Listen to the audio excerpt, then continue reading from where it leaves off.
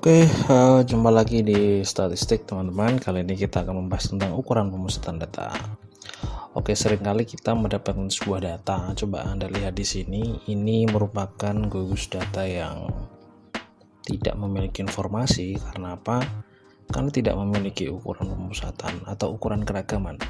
Apa itu ukuran pemusatan dan ukuran keragaman? Nah, mari kita lihat lebih lanjut. Coba perhatikan data ini di teman-teman. Di sini ada tomat, ada cabai, ada wortel, ada bawang merah dan sebagainya. Mereka memiliki ukuran yang tidak sama. Bahkan tomat sendiri ada ukuran yang dari kecil paling besar. Nah, cara untuk melihat data, maka kita akan mengelompokkan data-data per gugus atau per kelompok. Misalkan tomat dengan tomat, bawang merah dengan bawang merah ya. Tentu kita akan mengurutkan mana yang paling besar, mana yang paling kecil. Yang besar itu ada berapa ya, misalnya dari 100 butir, yang paling besar itu ada berapa butir, yang rata-rata ada berapa butir. Nah, inilah yang kita cari supaya kita tahu sebenarnya pusat datanya yang terletaknya ada di mana. Misalnya ada yang busuk. Nah, yang busuk ini berapa banyak dalam sebuah keranjang tomat atau keranjang bawang merah. Coba. Nah, ini adalah beberapa ukuran yang tidak sama terkait dengan ukuran buah.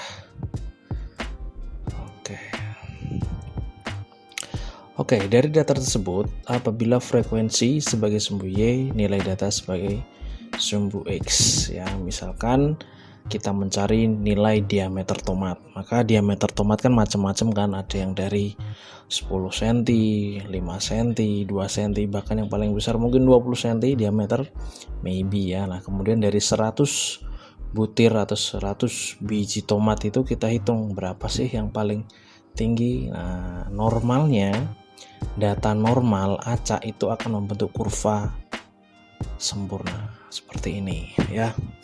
Jadi misalkan frekuensi ini adalah jumlah dan ini adalah nilai data. Misalnya nilai data diameter tomat yang terkecil ada di sini, ada 1 misalkan, kemudian yang paling besar ada di sini, ada 1 juga. Nah, sebaran normal, data normal apapun itu datanya, termasuk tinggi manusia, termasuk jumlah ukuran sepatu di kelas Anda, itu akan membentuk kurva seperti ini. Karena apa? Yang paling tinggi frekuensinya ini biasanya ukuran rata-rata, besar rata-rata. Jadi biasanya dalam random acak gitu ya, data acak, ukuran rata-rata itu memiliki frekuensi yang paling tinggi. Jadi misalkan di sebuah kelas itu ada yang berprestasi, maka bisa dipastikan misalnya dari 40 siswa atau mahasiswa itu yang paling pintar paling 5 orang atau 10 orang, yang paling kurang pintar juga sama 5 atau 10 orang. Tidak mungkin 40 orang itu berada di titik pintar semua, maka yang paling banyak adalah rata-rata. Makanya kebanyakan di atas rata-rata atau di bawah rata-rata. Nah, rata-rata inilah ya secara teori memiliki frekuensi yang paling tinggi.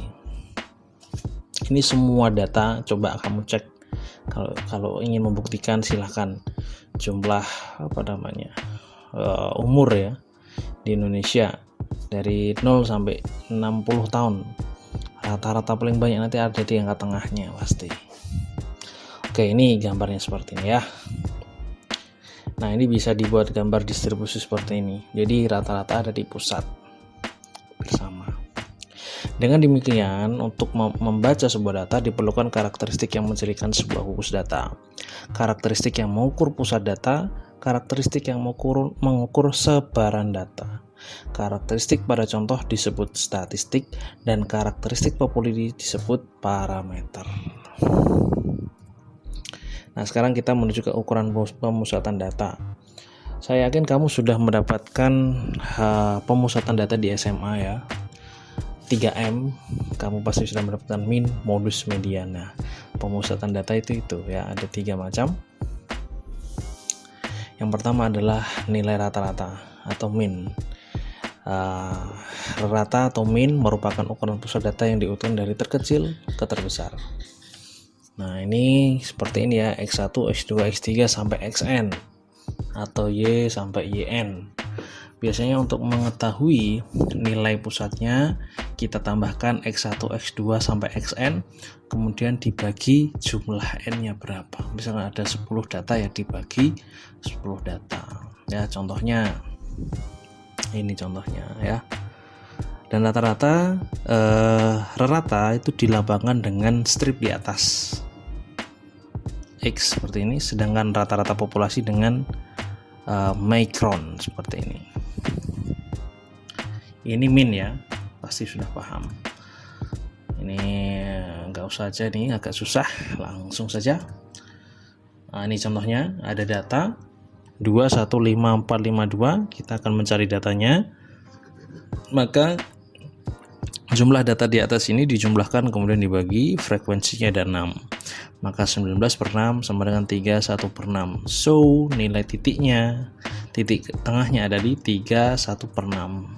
Kalau digambarkan 1 sampai 7 ada di sekitar sini ya. Apabila disusun distribusi frekuensinya, maka akan seperti ini. Dari 1, 2, 3, 4, 5, 6, 7 1, 2 0 ya, 1, 2 0 0 ya. Ini untuk menyatakan frekuensinya dalam bentuk tabel. Kenapa sih perlu kita bentuk atau kita sajikan dalam bentuk tabel, diagram, dan sebagainya? Supaya data itu bisa kita analisa dan bisa kita interpretasi gitu. Kenapa kok angka 1 frekuensinya sekian, 2 frekuensinya sekian. Nah, itu bisa dijadikan bahan evaluasi. Sama halnya ketika Anda misalkan mengerjakan sebuah soal atau ujian, saya juga akan melakukan evaluasi. Misalkan nilai paling banyak itu di angka berapa ya? Di angka 70, 60, 80. Oh, ternyata paling banyak 90. Kita evaluasi, ternyata soalnya terlalu gampang atau kebanyakan di bawah 50. Oh, soalnya mungkin terlalu susah. Ini sebagai bahan evaluasi. Oke. Selanjutnya adalah modus ya. Modus adalah data yang mempunyai frekuensi terbesar. Berbeda dengan min, kalau min adalah rata-rata dijumlahkan. Sedangkan modus adalah data yang mempunyai frekuensi terbesar, artinya kumpulan data yang sama. Kumpulan data bisa mempunyai satu modus, dua atau beberapa modus, atau bahkan tidak mempunyai modus. Contoh, untuk data di sini 215452 memiliki dua modus, yaitu ada dua ya, dan 5 ada 2. Ingat, ada 2 modus, berarti ada 2 nilai tengah di sini. Oke, dalam contoh kalimat, contoh modus adalah penyebab menurunnya hasil panen adalah curah hujan tinggi. Curah hujan tinggi tersebut merupakan modus penyebab turunnya hasil panen ya. Jadi hujan itu adalah salah satu variabel, tinggi itu adalah frekuensinya. Oke, itu adalah modus. Median adalah sekumpulan data yang di tengah bila dijumlah data ganjil atau min dari 2 data yang ada di tengah. Bila jumlah data genap, data-data telah diurutkan dari terkecil sampai terbesar. Misal, contoh untuk data 215452, maka kita perlu mengurutkan dari yang terkecil menjadi 1, 2, 2, 4, 5, 5. Jadi frekuensinya juga ikut ditulis 1, 2, 2, 2, 4, 5, 5. Tengahnya di mana nih? Oh, ada di sini di antara 2 dan 4. 2 dan 4, cara menentukan medianya dibuat rata-rata min. 2 tambah 4 sama dengan 6, dibagi 2 sama dengan 3. Maka medianya adalah 3.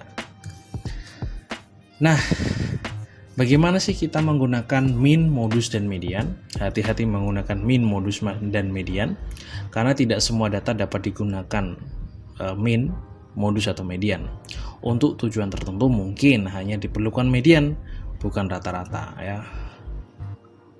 Oke, jika segugus data dibagi menjadi 4 bagian yang sama banyak, sesudah disusun menurut ukuran terkecil, maka bilangan pembaginya disebut kuartil. Kuartil itu quarter, perempat ya. Jadi seperempat bagian namanya kuartil. Jika dibagi menjadi 10 bagian yang sama, berarti disebut desil. Ya, kalau dibagi 10 maka ada 9 pembagi disebut desil. jika menjadi 100% desil persentil ya. Jadi bagi 4 itu kuartil, 10 desil, 100% persentil. Oke, sekian min modus median yang dapat kita diskusikan. Silakan kamu kerjakan latihannya di sini ya. Terima kasih atas perhatiannya. Jangan lupa mengerjakan latihan karena min modus median merupakan bagian terpenting dari statistik. Oke, terima kasih. Sampai jumpa di video berikutnya. Assalamualaikum warahmatullahi wabarakatuh.